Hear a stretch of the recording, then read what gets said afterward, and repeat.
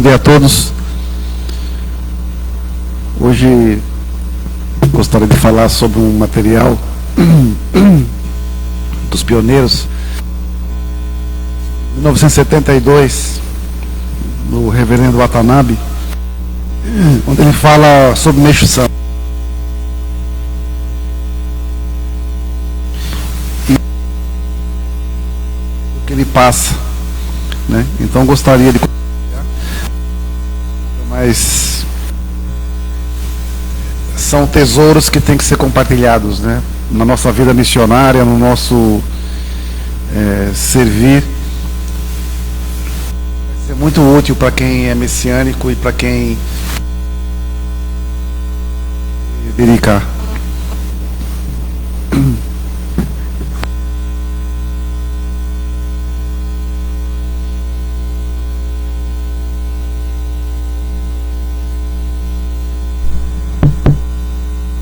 Vamos lá.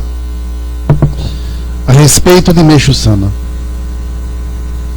Desde pequeno, Meixo Sama sofreu muito. Casou-se 2 vezes. No primeiro matrimônio tinha 4 filhos. Todos faleceram. Quando sua esposa esperava o 5º filho, teve aborto natural, falecendo mãe e filho. Mais tarde, casou-se outra vez. Sua esposa foi Nidai Sama. No segundo matrimônio, teve 4 filhos. 2 rapazes e 2 moças. Sendo que Osho Sama, a caçula, seria Itsuki Okada, já falecida. De seus filhos, um rapaz é mudo e o outro é surdo. Ao mesmo tempo que tinha esses sofrimentos, ele sofreu todas as espécies de doenças. Meixo Sama sofreu muito desde criança, mas conseguiu desenvolver-se bastante no comércio. Tornou-se um dos negociantes realizados de Tóquio, chegando a exportar diamante artificial para os Estados Unidos. Conseguiu ganhar fortuna, chegando até a abrir uma agência de jornal. Como Meixo Sama sempre foi dotado de boa vontade, usou sua situação financeira para prestar caridade. Assim deu boas somas ao Exército da Salvação. Ajudou também a estudar muitos rapazes de capacidade, mas que não dispunham de recursos. Além disso, tinha muitos empregados, etc. Sempre praticava caridade. Embora sempre praticasse a caridade, sempre tivesse boa vontade, Meixo Sama perdeu 5 filhos. A esposa perdeu a fortuna, chegando a contrair dívidas. Um homem comum, frente a essa situação, facilmente pensaria: eu me dediquei tanto, nunca agi com desonestidade, como cheguei a este ponto? Para Meixo Sama, entretanto, isso foi o que o levou a procurar o caminho religioso. Nessa época, conheceu a religião Omoto e ingressou nela. Mais tarde, parece que alguma força o dominou e ele começou a falar muita coisa. Durante 3 meses, falou muitas coisas, as quais foram anotadas por Nidai Sama. Foi assim que recebeu inúmeras revelações. Teve conhecimento da humanidade desde 100 mil anos atrás até hoje. Teve conhecimento também do futuro. Dentre essas revelações, estava incluída muita coisa sobre sua missão, mas ele mesmo não acreditava. Nessa ocasião, já havia também o Jorei. Era-lhe difícil, entretanto, crer possuir tal força. Ao conversar com o segundo líder da religião Omoto, ouviu dele o seguinte: você tem uma missão que lhe permitirá curar qualquer enfermidade.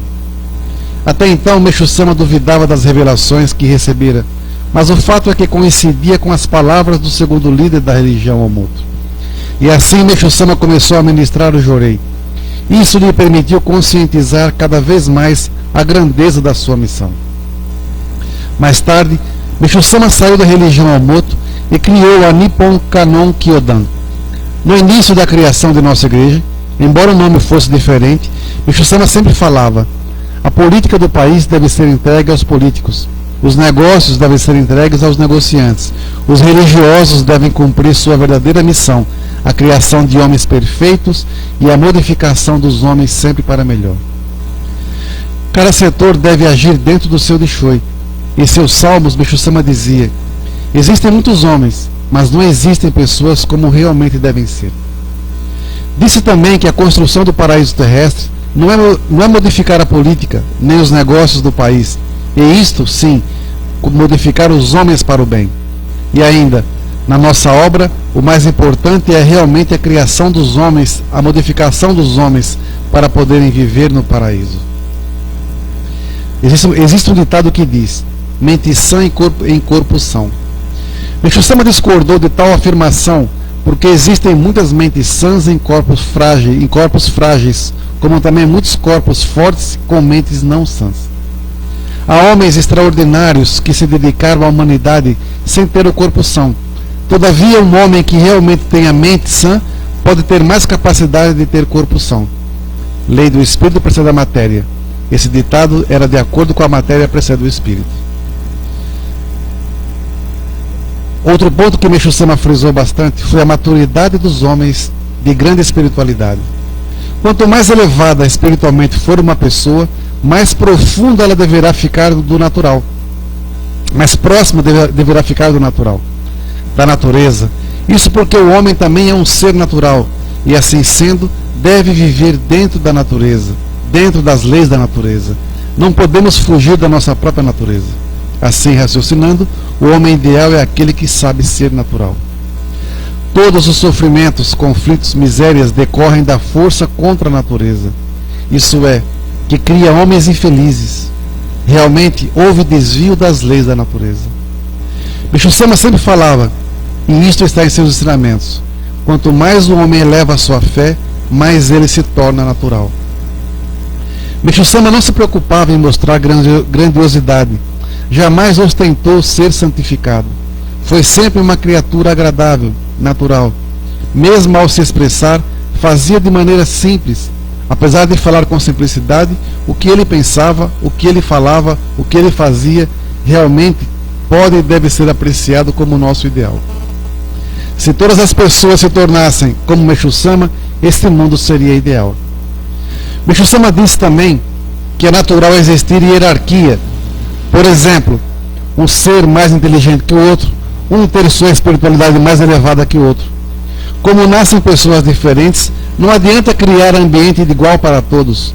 Colocar tudo no mesmo nível sem respeitar as diferenças individuais é contra a lei da natureza. Tudo que existe e está fora disso foi necessário acontecer. Quem participa da construção do paraíso na Terra deve ter sempre isso em mente. Precisamos ser sempre flexíveis para seguirmos o caminho do nome.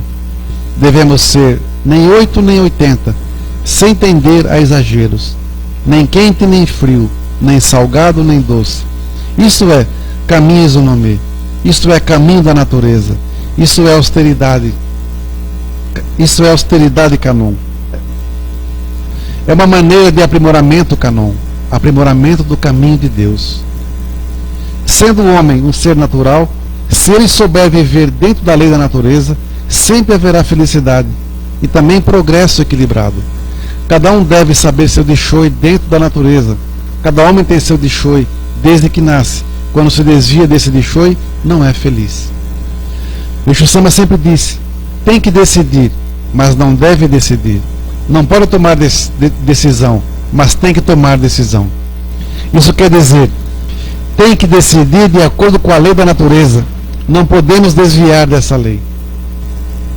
Para a pessoa fazer determinada coisa, é preciso ter vontade, mas às vezes, de acordo com a lei da natureza, de acordo com sua onda, talvez seja melhor fazer de maneira diferente. Mesmo que aparentemente esteja voando, vendo de longe, está andando dentro daquele caminho, dentro daquele ritmo. Isso que é obra dentro da natureza. Se insistirmos em fazer algo, que seja que maneira for, já sai da natureza. Se mesmo desejando fazer algo, procurarmos a onda, o ritmo certo e agirmos de acordo, tudo dará certo. Para as pessoas que já têm ideologia material, talvez isso pareça atitude de homem indeciso, fraco, mas não é. Mesmo parecendo que vai se atrasar, chegará primeiro. Isso é raciocínio de caminhos do nome. Também, para desenvolver a obra, para orientar as pessoas, sempre se deve ter esse espírito, esse raciocínio para ver as coisas. Quando uma pessoa vem nos pedir orientação, precisamos saber o nosso Dixoi e o Dixoi de quem vem receber a orientação, na hora, lugar e posição. Uma pessoa que venha pedir orientação tem alguma ligação dentro do seu Dixoi com todos os que, de alguma forma, contataram com ela para fazê-la chegar até o orientador. Pelo seu próprio Dixoi, precisava ficar naquele ambiente. Mesmo certas proibições, regulamentos criados em virtude do crescimento da nossa igreja, não são como a vontade de Meixo Sama. O caminho Izunome é realmente muito difícil. Toda vez que fugirmos da nossa natureza, não nos sentiremos bem.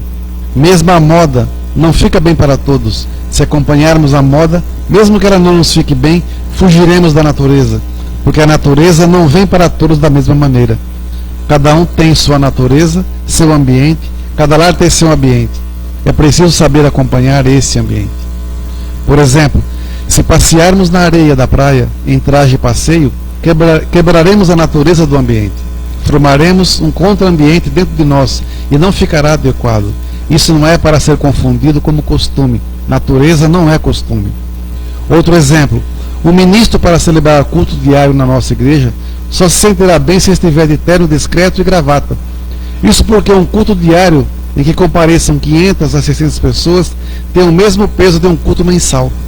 Talvez de outra igreja, o fato dessas pessoas estarem concentradas no altar já cria outra natureza. Poderia ser diferente se houvesse apenas meia dúzia de pessoas para assistir o culto. Meixo Sama disse: um culto ganha importância em virtude da fé e do número de pessoas que assiste, que participa do culto. O culto diário da nossa igreja merece ter como oficiante pessoas de certo peso, gabarito, com certo tipo de roupa, porque tem sua natureza. Ele não pode ser confundido, talvez, com o culto de quinta-feira, com poucas pessoas. Sobre isso também precisamos pensar, raciocinar, de acordo com esse raciocínio básico de Meixo Sama. Se atentarmos para isso, começaremos a notar muitas coisas. Antigamente, eu me lembro, quando eu comecei na igreja, às quintas-feiras a igreja ficava fechada. Era só para limpeza, né? Precisamos também, nós ministros, enxergar, perceber a natureza que cada ambiente possui e a sua própria.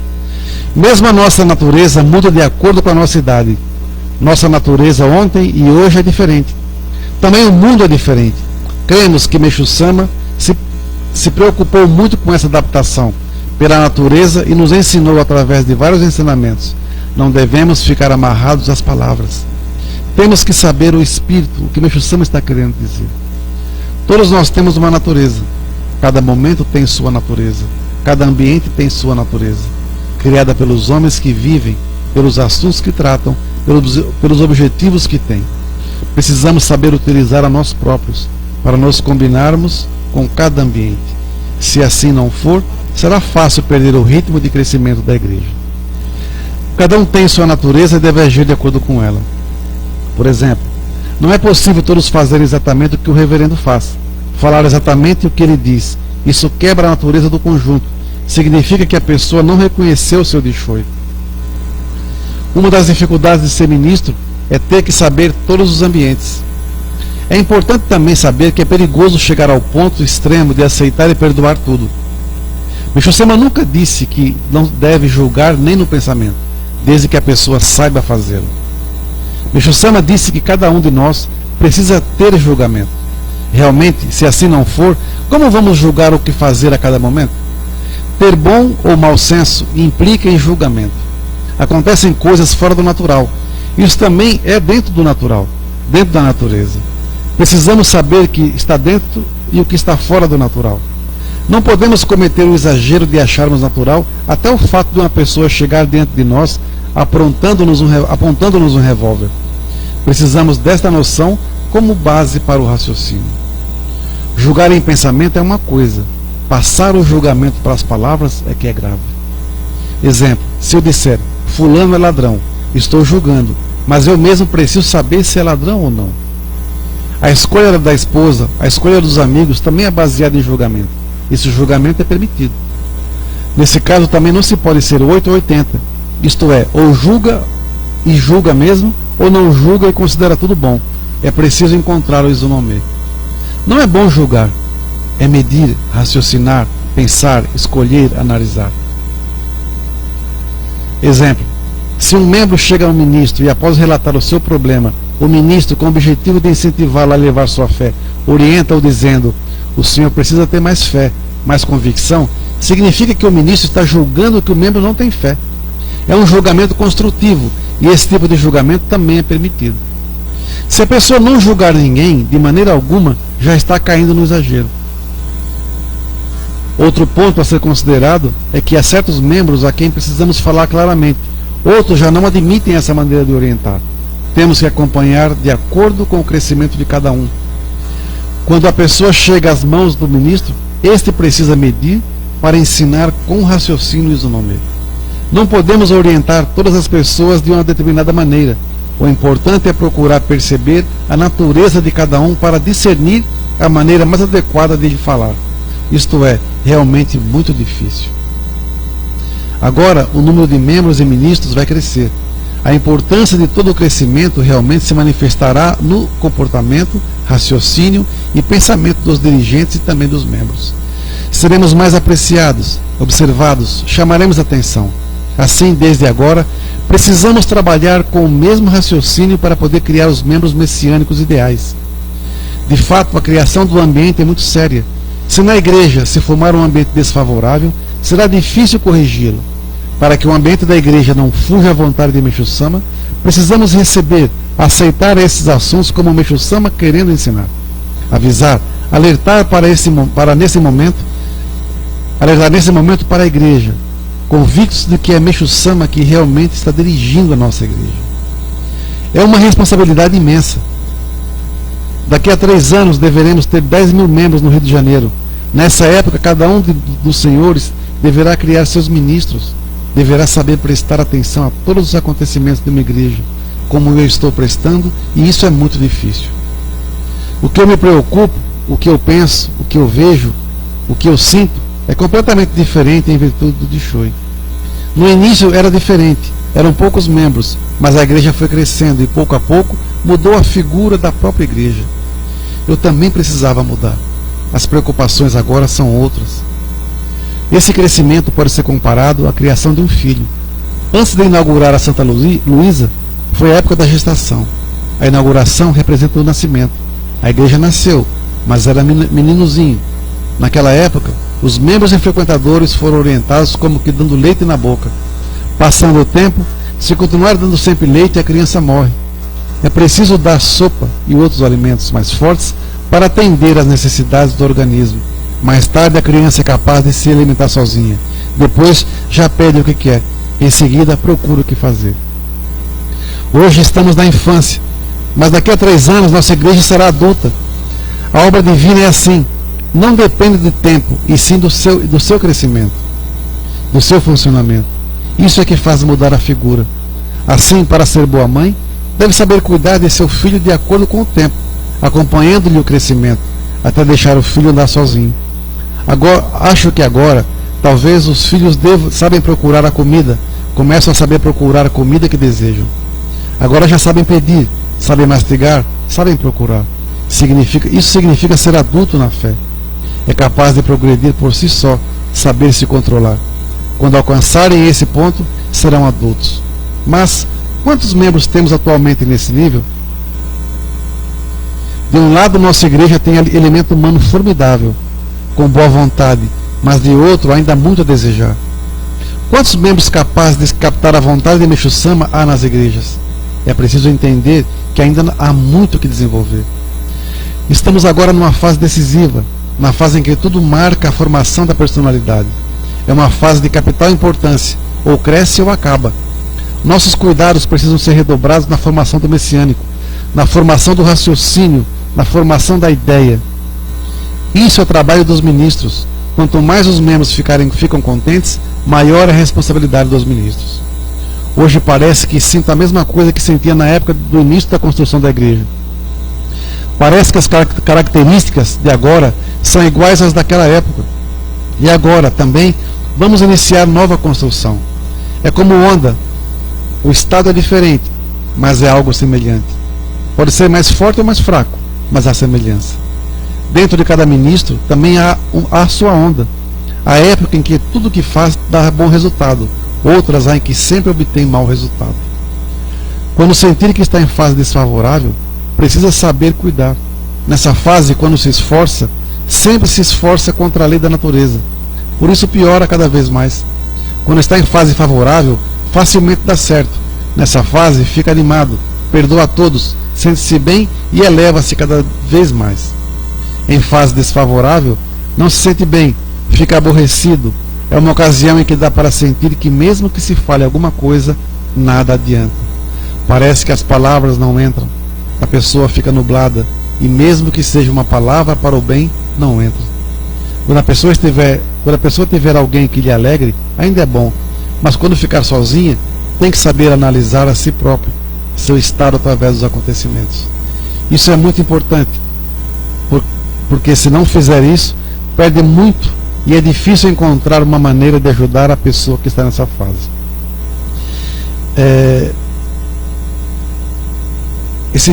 Desde ontem, eu tive um sonho muito forte e muito revelador para mim com esse reverendo Watanabe.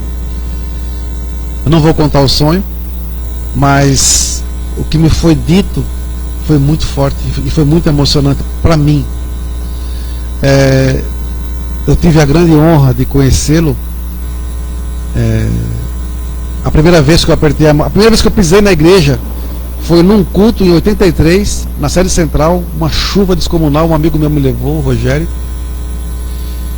e a palestra ele falou assim: nossa, hoje você vai gostar desse reverendo, ele é o presidente, você vai gostar muito dele. Foi a primeira vez que eu ouvi ele falando. Anos depois, um outro ministro que cuidava de jovens, também era muito figura, o Rivanberto de Mogi das Cruzes, ele dizia que eu tinha que ir para o Japão. E eu falei: cara, como é que eu vou para o Japão? Mas ele me orientou como fazer, e eu fiz, e eu fui para o Japão.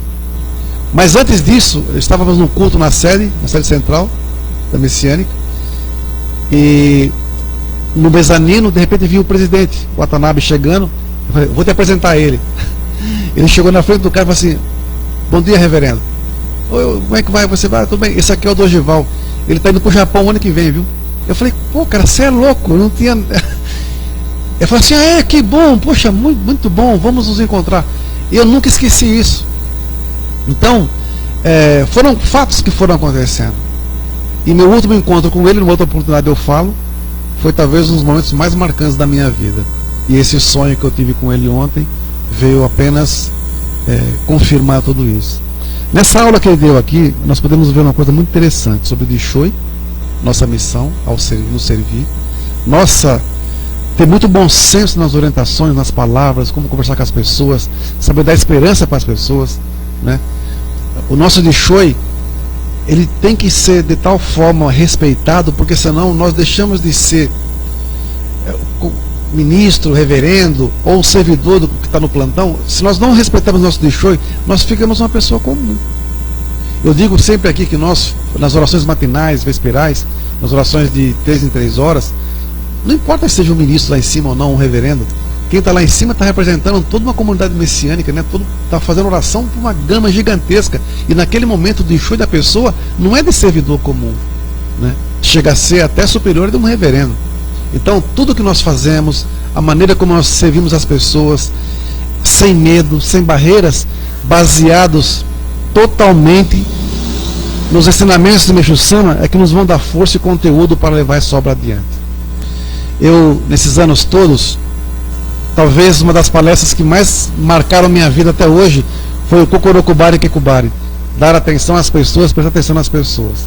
Eu não consigo confundir o servir com a dedicação. Para mim, na minha concepção, servir ele é muito mais profundo, porque eu posso estar passando por ter um monte de dificuldades, mas o meu servir para Deus, ele não muda.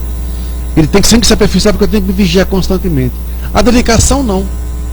É minha dedicação hoje, então eu vou lá dedicar. Eu vou dedicar em tal lugar. Então fica uma coisa quase que formal, né? Quase que obrigatória, né? Vira quase que um trabalho. Mas o servir não. O servir é diferente, o nome já diz. O nome já diz, né? Tem uma palavrinha indiana que diz assim, né? Namastê. O Deus que há em mim, que habita em mim, saúde o Deus que habita em você. Mas quando eu falo namastê para alguém, será que realmente eu estou falando como se o Deus que habita em mim se manifesta? Ou é só da boca para fora? O servir é a mesma coisa, né? Por isso que eu falo sempre assim, vamos servir onde hoje? Vamos dedicar? Não, nós vamos servir. Vamos servir no altar, vamos servir na oferenda, vamos servir na limpeza, vamos servir. Porque se eu ficar preso nisso, eu vou ser só um repetidor de palavras, eu vou ser uma pessoa formal e totalmente previsível, né? A partir de hoje eu quero fazer aulas constantes, de forma diferente, e talvez em ambientes diferentes também, para as pessoas conhecerem um pouco mais da igreja, né? Ontem uma pessoa me ligou de fora de São Paulo, não é membro da Arte do Jorei, e ele foi encaminhado, mas ele estava perguntando para mim sobre as nossas como é que fala? Nossas travas emocionais, né? Tudo aquilo que nos bloqueia. E eu contei para ele, falei assim, eu vou te falar a minha experiência, como eu venci a mim mesmo. Então, muito do que o reverendo fala aqui sobre Meixo Sama, das perdas, das dores, das frustrações, sabe, quando você vê isso aqui tudo, você começa a passar um filme na sua mente. Eu já passei por isso, já passei por aquilo. De alguma forma nós temos que procurar ver a vida de Meixo Sama e nos espelhar nela. Quando nós falamos assim, nós temos que ser pequenos Meixo Sama, né, encarnados, não é só levantar a mão e ministrar Jorei. E também não é levantar a mão de qualquer jeito. Não é Jorei de estalar de dedos. É um Jorei que cura, é um Jorei que salva, é um Jorei que transforma, né? Nós temos no altar lá todos os pedidos de oração desde que começou a pandemia. Eu já perdi a conta, porque o Sambor está ficando quase da altura do tamanho do Sambor e está ficando pesado. Mas ali naquele pacote tem pessoas que já faleceram. Eu não mexi nesse pacote ainda. Tem pessoas que tiveram grandes graças e as pessoas estão relatando, porque como tem oração constantemente, ninguém fica sem rezar. Os antepassados que estão aqui atrás de mim também. Eu costumo ficar um mês no altar. Não tiro. Não vou tirar, porque todos estão precisando de oração. E nossa missão é orar. Manter essa linha, essa conduta, esse sentimento, esse respeito no nosso servir, talvez seja uma das práticas mais difíceis, porque nós não podemos ser o quê? Nos acostumar com isso, não pode virar uma rotina. Não pode virar rotina. Então, se nós nos espelharmos nos pioneiros, naquilo que eles nos ensinaram, muita coisa boa vai acontecer. Veja, a igreja existe hoje porque alguém um dia nos encaminhou, alguém um dia nos falou sobre o Jorei, alguém um dia nos ofereceu um ensinamento, alguém um dia nos se preocupou com a gente. E o que nós estamos fazendo para retribuir isso? O que nós estamos fazendo para retribuir a confiança que nos foi depositada até pelos nossos ancestrais? Como é que nós estamos agradecendo? Quando eu faço um donativo de gratidão, por exemplo, que sentimento eu coloco naquele envelope? Não é o dinheiro, é o sentimento que vai fazer com que a urna encha, fique cheia. Porque nós cremos que o espírito precede a matéria, não a matéria precede o espírito. Quando eu penso assim, a minha vida fica travada, nada acontece. Mas quando eu deixo que Deus tome conta, mas eu tenho que também fazer a minha parte, as coisas vão acontecendo. Eu fico imaginando Meixo Sama nos anos 40, 50, né? 30, 40, 50, vamos colocar assim. Mas quando começou a igreja de fato, Meixo Sama tinha 42 anos de idade. 42 anos. Começar uma vida nova, largando tudo, renunciando a tanta coisa. As suas alegrias foram todas se perdendo com o tempo, frustrações, derrotas e tudo mais, e mesmo assim ele manteve o seu foco. Nós, hoje, qualquer coisinha a gente desvia. Ah, não aguento mais. Ah, estou cansado. Ah, vou desistir. Poxa, nós temos que ser fortes. Por isso que eu falei ontem para uma pessoa e falo sempre isso. Nós não vivemos da fé, nós vivemos pela fé. Viver pela fé é diferente, porque viver da fé, você ganha para isso, não é? Viver pela fé é você crer que tem um Deus supremo, é você crer na divindade de Meixo Sama, é você crer que hoje está ruim, mas amanhã vai melhorar. É saber que a purificação é um profundo amor de Deus. Ontem a Miss Elisete falou na palestra dela que o sofrimento para muitas pessoas é um vício. E realmente é. E quando ela perde, quando a coisa melhora e ela fica sem sofrer, é como se dá uma crise de abstinência. Meu Deus, e agora, né? Mas quando a gente crê realmente que tem algo muito maior por trás disso, né? Sabemos que passamos por dificuldades porque é para o nosso crescimento. Ontem, conversando com um amigo meu que estava aqui, eu falei, cara, nós somos Highlander, cara. O sistema está formando um Highlander, porque haja porrada, né? Então a gente cai, o nego quer nos degolar, mas a gente levanta, renasce, não morre, vai morrer. Mas cada vez que a gente cai e se levanta, a gente se levanta muito mais forte. As purificações que nos chegam hoje, elas podem estar muito mais fortes hoje.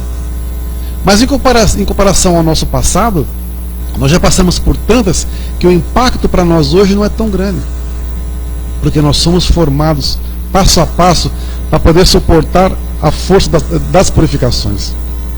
Ao mesmo tempo, sabemos que no tempo certo, no momento exato, como o Meshama fala, na hora certa, Canão tira suas vestes e se apresenta como Messias. Talvez nós também, no momento exato, após passarmos tantas purificações, vai chegar um momento também que nós vamos nos despir da nossa roupa material e virar realmente a nossa capa de proteção, a nossa capa de salvação, a nossa capa de iluminação, para poder salvar muitas e muitas pessoas. Aprendemos que as nossas purificações são lições diárias para a nossa vida, não somente para nós, mas para podermos ajudar pessoas no futuro. Eu posso orientar hoje pessoas sobre qualquer tipo de assunto, dentro daquilo que eu já vivi, porque eu vivi. Não é só teoria. Deus também ensina, estude ensinamentos e pratique. Não precisa procurar os ensinamentos mais complexos, que nem tem, mas tem os mais que você tem que pensar, mas faz os mais básicos. Lei da ordem, sinceridade, né? Pessoa simpática, sabe? O que foi lido hoje, vencer o seu próprio mal, sabe? Egoísmo e apego, coisas assim. Treine. A vida é um treino. Para eu ser forte, eu tenho que treinar todo dia. Para eu ser resistente, eu tenho que treinar todo dia. Não é só quando dá na telha, não é só quando precisa. Como eu falei da minha palestra do culto mensal, nós só lembramos de Deus muitas vezes quando estamos sofrendo. E sendo que nós temos que nos lembrar de Deus nos momentos de grande felicidade, de grande vitória. Graças a Deus eu tenho saúde, tenho um trabalho, eu tenho família, eu tenho uma casa, eu posso andar, eu posso enxergar, né? Eu tenho que agradecer tudo, sempre nesses momentos. Eu tenho que lembrar de Deus. A minha visão de Deus tem que ser Deus igual felicidade. Eu não posso lembrar de Deus, poxa, eu estou triste, estou ferrado, eu vou rezar mais, eu preciso rezar mais. Não é só isso, não. Acho que Deus é muito maior. E Meixo Sama, nós tivemos uma grande sorte, que Meixo Sama é contemporâneo, né? Meixo Sama é contemporâneo. Tudo que ele nos deixou de legado, ele viveu. Não é teoria. Então, que possamos realmente fazer a diferença, né? Vamos procurar ter uma fé raciocinada. Nós não podemos ser vaquinha de presépio. Nós não podemos fugir da lógica na fé. Temos que ter muito bom senso para não cairmos em caminhos errados. Obrigado a todos e uma boa missão.